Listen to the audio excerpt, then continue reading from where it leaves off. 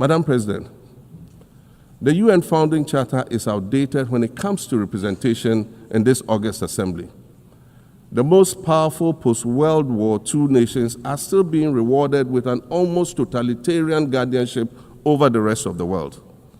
And yet, the first sentence in Chapter 2, Article 1 of the UN Charter declares that the organization is based on the principle of sovereign equality of all its members. If this were true, and was the case, a continent as large as Africa, with its numerous UN member states, would have at least one permanent seat on the Security Council.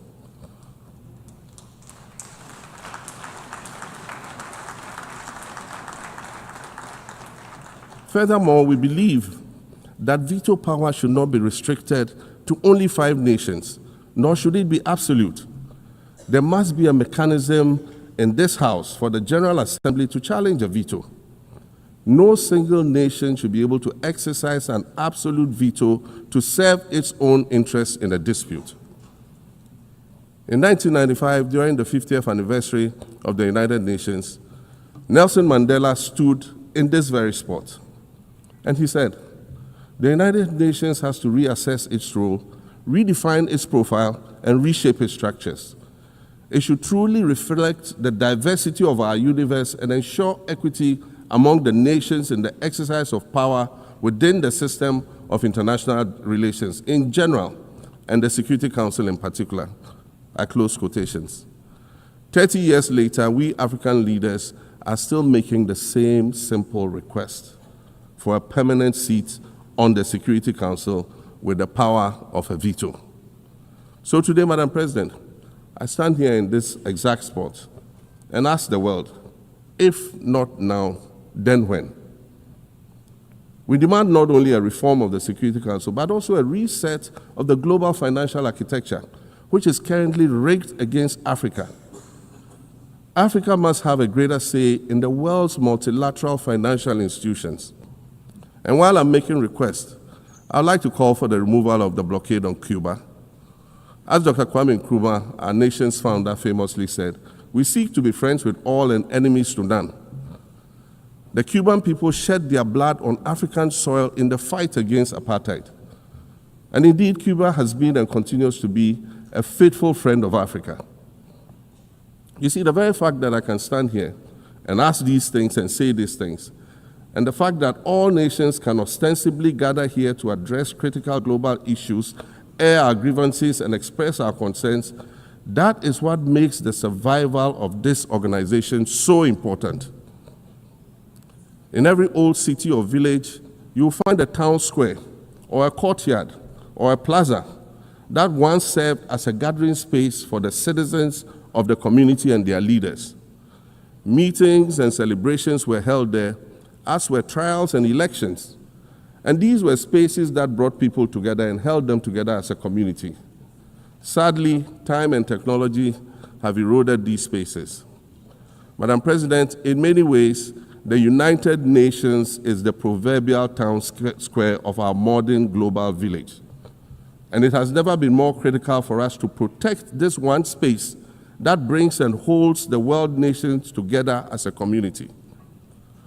The internet, social media platforms, and artificial intelligence offer us the illusion of connectivity, when in fact what they do is reinforce isolation by using algorithms that ensure that we do not receive new ideas and perspectives, but rather more of the same content.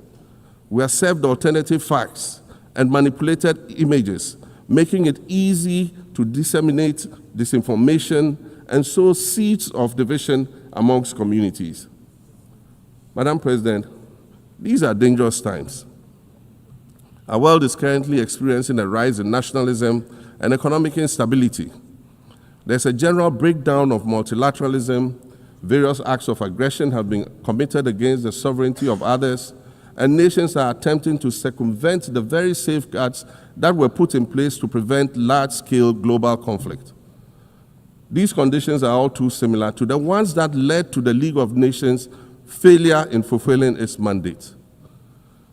The denial of visas to President Abbas and the Palestinian delegation sets a bad precedent and should be deeply worrying to all member nations of the United Nations.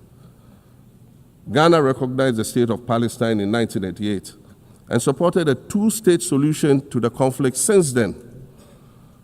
And I say, contrary to the claims of some, a two-state solution would not be a reward for Hamas. It would rather be a reprieve for the hundreds of thousands of innocent women and children and people who are facing collective punishment and forced starvation for no reason other than the fact that they are Palestinian. For nearly 2 years and for the fear of reprisals, we here in this General Assembly have been playing hide and seek with language to find the right words to help us avoid or excuse what we all know is taking place in Gaza. But here's the thing, it doesn't matter what you call it. If it looks like a duck, it swims like a duck, and quacks like a duck, well, then it must be a duck. The crimes in Gaza must stop.